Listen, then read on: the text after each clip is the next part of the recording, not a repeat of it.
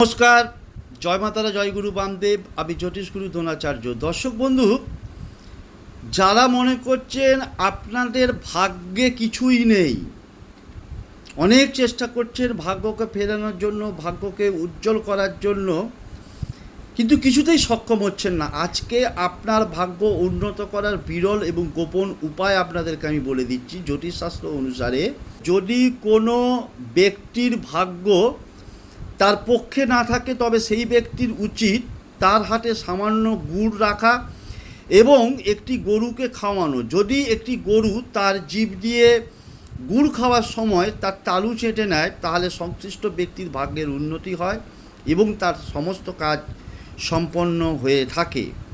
Number 2 হচ্ছে শুক্রবার দিন, যে কোনো শুক্রবার বট গাছের নিচ থেকে একটু মাটি ঘরে নিয়ে আসুন, কেউ যেন দেখতে না পায়, লুকিয়ে নিয়ে আসুন এবং প্রতিদিন গঙ্গা জল মিশিয়ে সেই মাটিতে আপনি কপালে, গলায় অর্থাৎ কণ্ঠে এবং নাভিতে তিলক ধারণ করুন প্রতি শুক্রবার।